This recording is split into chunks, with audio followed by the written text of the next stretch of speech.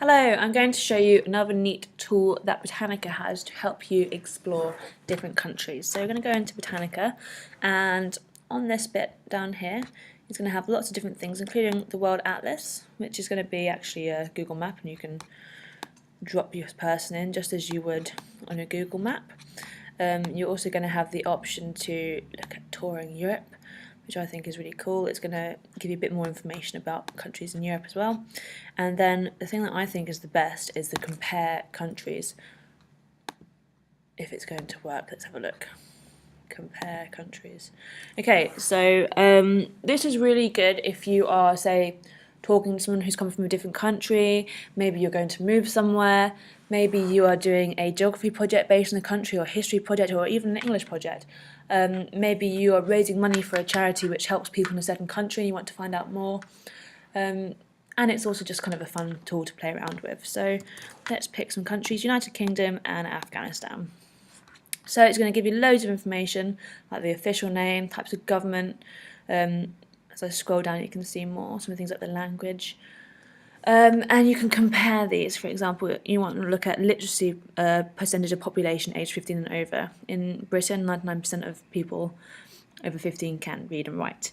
In Afghanistan, look, there's 43%, so less than half the males that are literate, and only 12% of girls. You might want to think about why that would be. Then you're going to look at maybe life expectancy and see, okay, we live quite long. Not so much over in Afghanistan. Oh look, the women actually outlived the men. Why would that be? You can look at all these kind of things and draw comparisons. Sometimes you'll find stuff that you wouldn't really expect. It's very, very interesting. I'm going to say that it would be very good if you were in, say, Mla United Nations. It might be useful. You might want to look up your own country. And then if you aren't necessarily wanting to compare two countries, you might want to use just United Kingdom as a basis, because that's what you're used to. Or if you're from the United States, that's fine as well, do that. It's going to help you. So let's have a look again, maybe Kenya. So it's going to have more information. So you can just compare it to the British one, so that you have kind of real things to ground it in.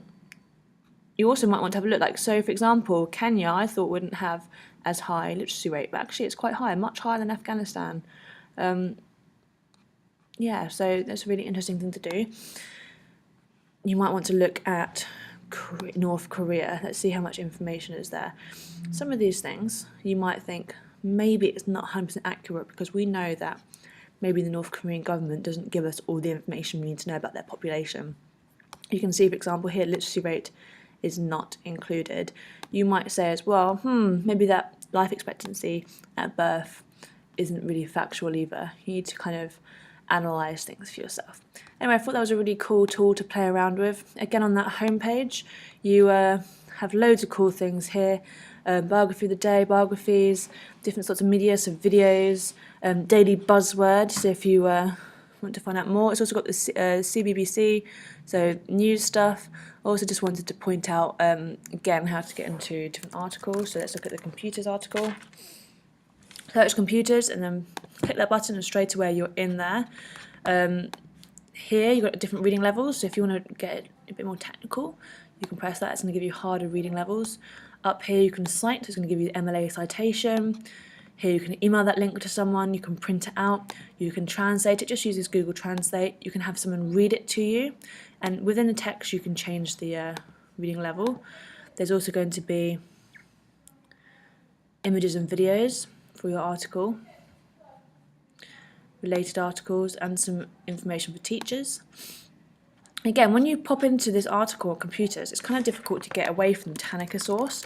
But if before you do that, so when you first search, actually you've got loads more options here. So we've got videos, we have the dictionary definition, we have primary sources and ebooks, which are free ebooks to download, web's best site, so this flags up some great stuff like How Stuff Works, which is a website that I love. I listen to all their podcasts, that's going to be really, really good. And the journal articles. Journal articles are more what university students should use.